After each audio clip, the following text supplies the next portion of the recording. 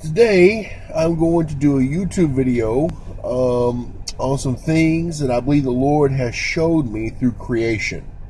So stay tuned. Romans chapter 1 says that God speaks to us through creation. We ought to know God by the things of which He has created. And it says that man is without excuse. We should know about God's invisible qualities and so on and so forth. And so we're going to discuss a little bit about that today. I'm going to show you some things that God has shown me through creation, so that I'm not without excuse. So that I'm without excuse, and hopefully you'll be without excuse as well, just as God promised. All right. So number one, this God is a light. He dwells in unapproachable light, and so symbolically, our sun, the sun that gives us light, is unapproachable light. No, we cannot approach that. If we get too close, we burned up. And so our sun symbolizes God. Well, shadows are always opposite of the sun. And so the shadow represents sin. So when you're walking towards the sun, your sin is behind you. In other words, when you're walking towards God, your sin is behind you. But when you turn your back on God, you're walking towards your shadow, which symbolizes walking back towards sin.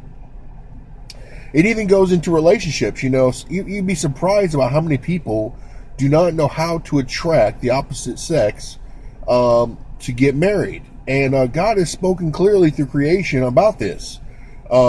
Fix yourself up a little bit, some of the birds, they spike their hair. So if you're a man, spike your hair. Do something with your hair. Some birds have mohawks. If you're attracting that type of girl, give yourself a mohawk. There's certain deer, I think in Switzerland or something like that, they put a pile of grass on top of their head. And so that's jewelry. So put on some jewelry. You don't have to be expensive jewelry. Put on some cosmetic jewelry if you can't afford real jewelry. Put on something to make yourself stand out. Women, the beautiful birds, they have beautiful colors on their faces. Put on a little bit of makeup. Do a little dance. Some of the birds in the Amazon do a little dance, do a little funny dance. And even creation teaches you that not every person is the same. So white-tailed deer, they chase the does until one gives in. And that is the way you can do it. That's what a lot of men do. They go from woman to woman to woman. They say, you go out with me? No. You go out with me? No. Go out with me? No. And eventually they find a doe or woman who will give in to them and go out with them. And that's the way to do it. But turkeys, for instance, gobble, and the doe and their women come to them. I know when I got married, my wife asked me out on a date. My wife is the one that asked me to get serious with her and to get in a relationship with her. So I guess you could say I'm a little bit like the turkey. I didn't chase my wife; she chased me. And so that's some things you can learn from creation there. Another thing too about God.